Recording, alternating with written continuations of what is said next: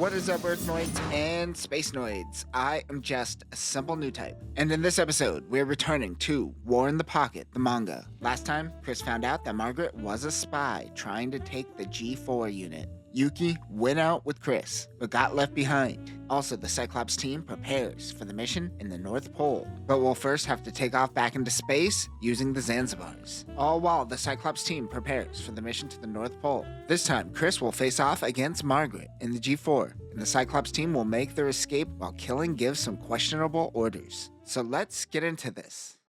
Chris clashes with Margaret in the G4. Margaret says that if she never came, no one would have gotten hurt. The beam saber takes out Chris's Zaku and almost penetrates through her cockpit. This only causes Chris to be knocked out. Somewhere at California base, we flash back to Margaret running training exercises with their ninja commander. The two engage in close-range combat. Margaret is able to disarm the ninja and hold him back at knife point. He says that she is getting quite good at this. He refers to her as M003. The ninja assigns her to a mission to steal this G4 Gundam being delivered in Montana. She is to meet with their contact who goes by the name Rat, but little intel is known about this person. He tells her to do it for all the people who have died. A few days later, she is being transported with a new batch of test pilots, including Chuck. She wonders if this loudmouth is the Rat. She goes through training and integrates with the Montana base, though she still has no clue who the Rat is. She remembers a moment where Yuki noticed that she isn't a novice pilot. In her cockpit is the message: the weather in December, snow from fall to winter. The Rat uses its mouth to store food. She believes that the Rat may be Yuki. That is when a sniper takes out Margaret. She falls from the G4.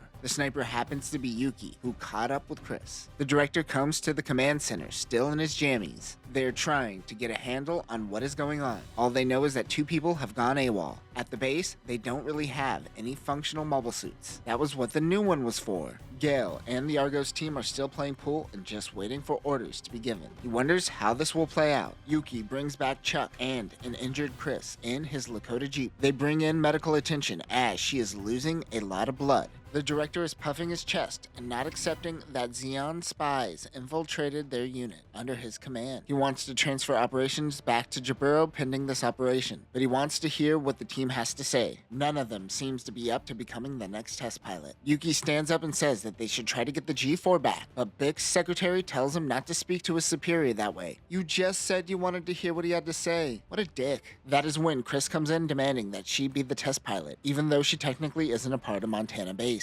But they talk down to her and suggest that she settle down. Ha, women. As they argue, Gale and the Argos team steps in. He says, okay, I'm gonna stop all of this. Their assignment isn't to babysit this base. They are to get the prototype Gundam up into space ASAP. Director Bick is complaining and making this take longer than it needs. He says that Chris will be the pilot and they are heading out into space. They decide to bring Yuki along with him. At the North Pole, a man is smiling post-coitus. He is excited about the G4 arriving tomorrow. This dude was definitely just thinking about a robot while having sex with that woman. Everywhere, engineers are working on upgrades designed for the G4. Earlier in November, we see Zeon prepping mobile suits, WAPAs, and many support vehicles. Garcia was handling WAPA maintenance while everyone kicks back. He wants a beer, but everyone keeps asking him to fix their WAPA next. Andy is with the Cyclops higher-ups. They have been ordered to abandon Earth and return to the homeland. Andy is mad about how many lives they have lost. They know how he feels, but these orders are absolute. Somewhere in Italy, a fancy pants party is taking place. Coming in late is Major Killing, accompanied by Steiner. The room is full of Zeon sympathizers as they sig that Zeon. It's weird seeing civilians do it. This group in Italy are supporters of Zeon's cause as they were freed from the Federation rule in that area. They give him a pizza to take back to his men. Killing informs the dignitaries that they will have to pull out of the area for a little bit, but they will be back and in full force. This, of course, is a lie. As the two take their leave, he throws the pizza out of the Jeep and calls it trash. Some people hate Zeon for dropping a colony on Earth. I hate Zeon because they would throw an Italian pizza away. People fight wars for different reasons. Steiner says that the Major barely spoke up at the party. Steiner and Killing seem to be friendly, but the Major reminds Steiner that he is on a need-to-know basis. A squadron with the crest of the Grim Reaper fly through the mountains. They consist of Gunperries, Fly Mantas, and Core Fighters. The Gunperries open up, dropping gems and gun cannons hidden in camo. As they touch down, the Cyclops team realizes that they are already here. They notice 6 mobile suits 15 kilometers out. Miguel tries to wake up a drunk Misha, Steiner and Killing rush over and inform them that they are taking the Zanzibar and heading into space. They should focus on loading the bare minimum. A lot of the men want to stay behind and help the people who depend on them, but Steiner simply says that orders are absolute. 2 gun cannons begin firing around the fancy party. They are informed that mobile suits will be dispatched and they can use the weapons that they were given by Zeon. The Italians are now rebels fighting against EFF with these weapons. Steiner and their men need an hour to load, but Killing gives them 10 minutes. The pride of the Cyclops team is on the line. Meanwhile, Misha is drinking and piloting a mobile suit. EFF and the rebels start fighting. This is exactly what Killing was trying to do, have them kill off each other. Steiner finds it cowardly to involve civilians in this. They follow through with their orders as Misha gets drunker and drunker. The GEMs and gun cannons take out Italy's rebels with ease. They didn't stand a chance. It was a massacre. A man named Serhi doesn't want to go out like a coward and wants to protect the area and not use the Italian rebels as a shield. He goes it alone. If he continues, Killing will certainly court-martial him. Alexander tells them not to go, but a few head out to the battle anyways. They want Misha to stop the two, but he is passed out. Killing overhears this and says that's a court-martial and instantly points his gun at Steiner. Killing takes the gun and points it at his own head. He says that Alexander lost his wife and son. He goes on listing all his men who lost family members. He says he will sacrifice his own life to avenge them. And he says, "Commander, you need to take a few deep breaths, calm down." He lost himself in the moment there. He wants the Cyclops team to return to Granada. The Zakus are being destroyed by EFF. Serhi is on his own as he pushes in towards EFF. He is able to take out a gym. Steiner takes over for Alexander as he, Andy, and Killing meet up with Garcia. They get the last shipment they have been waiting for to put on the shuttle. Killing is excited for this. He tells them that while stationed on Earth, they came across nuclear weapons that were stockpiled. Killing says this was before the Federation, in the old century. They are stealing Earth's nukes and taking it back to Granada with them. That is Cyclops' true mission. Igor, Velody, Anditch, and Argyle are still on the battlefield looking for Serhi. The captain says he has a plan, but it is going to involve some people not making it out of here alive.